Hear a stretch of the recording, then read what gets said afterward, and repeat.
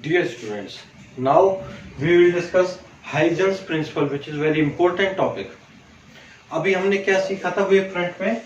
अगर कोई भी लाइट सोर्स है,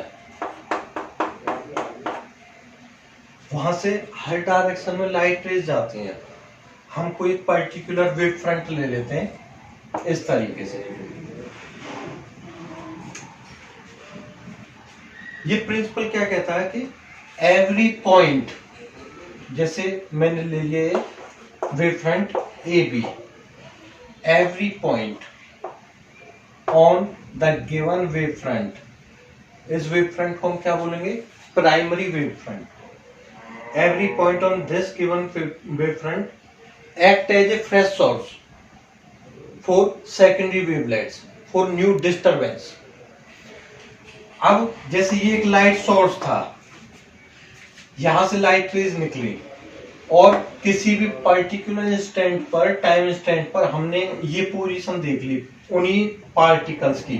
कोई पार्टिकल है उसी टाइम में, दूसरा पार्टिकल यहां पहुंचा, तीसरा, इस तरीके से। तो जितने भी ये पार्टिकल्स हैं अगला वेव फ्रंट बनाने के लिए रेस्पॉन्सिबल रहेंगे, एक नया डिस्टरबेंस देने के लिए। तो दीज पार्टिकल्स, ये प्रिंसिपल क्या कहता है? All the particles on the wave front act as a fresh source for new disturbance called secondary wavelet। Means अगर यहां से अब निकलने लगी कोई भी रेज, वो क्या आएंगी? इस तरीके से। जैसे जो शुरू में बल्ब था, वहां चारों तरफ इस तरीके से निकल रही थी वेव, और उन्हीं वेव में से एक ये थी। ऐसे ही अब ये सोर्स की तरह काम करेगा, इस तरीके से निकलेगी।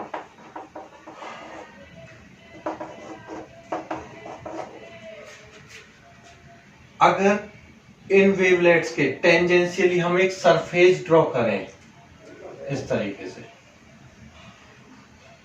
तो ये क्या होगी?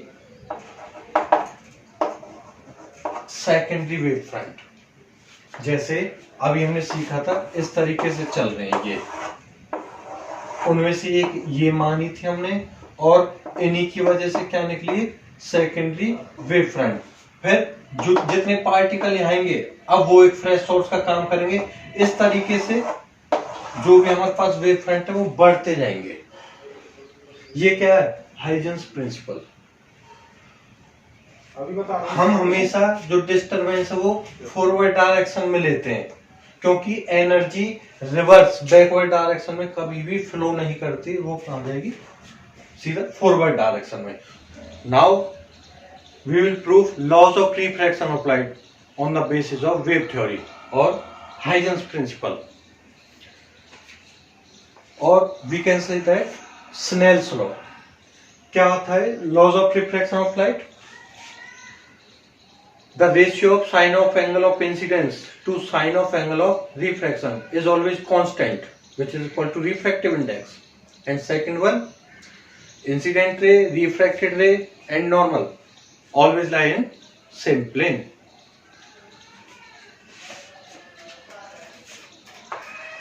जो रिफ्रैक्टिव इंडेक्स था हमारे पास क्या था? Speed of light in medium 1 to speed of light in medium 2। Diagram को समझिए, ये लाइन क्या है? एक interface of two medium. First one is rarer, second one is denser. Speed of light in rarer medium is c1 and in denser medium is c2। वही कोई भी 3 light rays हैं, 1, 2 and 3 इंसिडेंट हुई, which are parallel to each other. यहां पर A B, ये क्या है? Wave front, primary wave front, जो एक नॉर्मल होगा किसके? लाइट रेज के।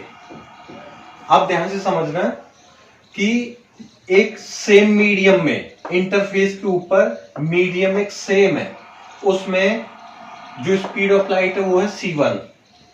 मान लो b से a डैश तक स्पीड कितनी थी लाइट की? c1 जो गिवन थी, और हमने टाइम ले लिया कितना? t। कि t टाइम में c1 की स्पीड से लाइट रे ने डिस्टेंस ट्रेवल की कितनी? b a डैश तक। अब ये लाइट रे कहाँ गई, ए डैश पर। यहाँ क्या है, इंटरफेस। अब यहाँ पर क्या होगा, रिफ्रैक्शन। रिफ्रैक्शन का मतलब क्या है कि लाइट रे स्ट्रेट इस तरीके से जाएगी नहीं, तो एक नॉर्मल की तरह बेंड होगी। वो क्या होगा, एंगल ऑफ रिफ्रैक्शन, इस तरीके से। सेम अगर इस लाइट रे को लेते हैं तो वहां ए पॉइंट पर आने के बाद क्या होगा, इंटरफेस पर टकराने के बाद रेयरर से डेंसर मीडियम में आएगी, तो लाइट रे स्ट्रेट तो जाएगी नहीं, कहां जाएगी, इस तरीके से टूवर्ड्स द नॉर्मल, बेंड हुई।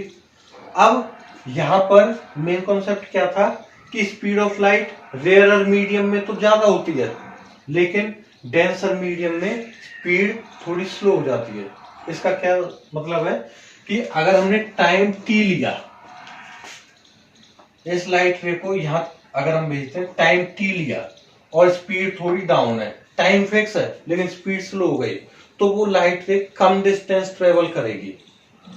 फॉर एग्जांपल, एक हमने टाइम लिया 1 आवर का, कोई भी गाड़ी चल रही है 60 की स्पीड से, तो 60 किलोमीटर डिस्टेंस ट्रेवल करेगी।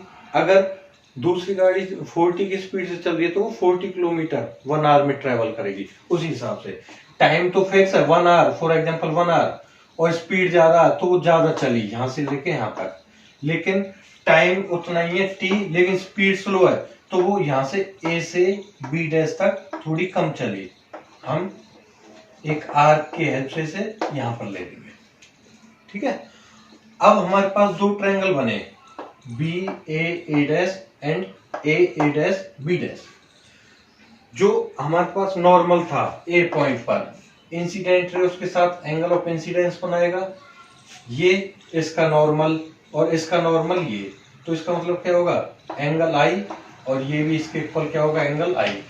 सेम इस ट्रायंगल में अगर आप देखोगे, इसका नॉर्मल ये और इसका नॉर्मल ये, अगर ये एंगल आर है तो ये भी एंगल क्या होगा, आर। अब इन दोनों ट्रायंगल्स में हम साइन आई और साइन आर की वैल्यू निकालेंगे। ऊपर वाला ट्रायंगल देखिए, साइन आई निकालेंगे हम, जो हमारे पास फॉर्मूला होता है ये, इससे निकालेंगे हम साइन का। साइन का क्या होगा, परपेंडिकुलर अपॉन हाइपोटेन्यूज। इस ट्रायंगल में ए बी ए डैश में परपेंडिकुलर कौन सा है, ये B A dash upon hypotenuse कितना है, A dash. B A dash की वैल्यू कितनी है, C1 T upon A dash. Similarly इस ट्रायंगल में देखेंगे A dash B dash, sine r की वैल्यू परपेंडिकुलर कौन सा है, A B dash upon hypotenuse A dash. इसका मतलब क्या है, स्पीड कितनी थी यहाँ पर, C2 और टाइम बोल लिया था T, तो C2T अपॉन ए डैश। और स्नेल्स लॉ क्या था, sine i upon sine r, sine i upon sine r, इससे डिवाइड करेंगे हम तो क्या आएगा, साइन आई की वैल्यू कितनी है, C1T upon A dash, C2T upon A dash. A dash से ये कैंसिल हो जाएगा, बचा क्या, और T से T cancel, equal to C1 upon C2, और ये वैल्यू किसकी है, एक कांस्टेंट रिफ्रैक्टिव इंडेक्स। ये था इसका फर्स्ट लॉ। और सेकंड क्या था कि incident ray, refracted ray, normal lie in the same plane.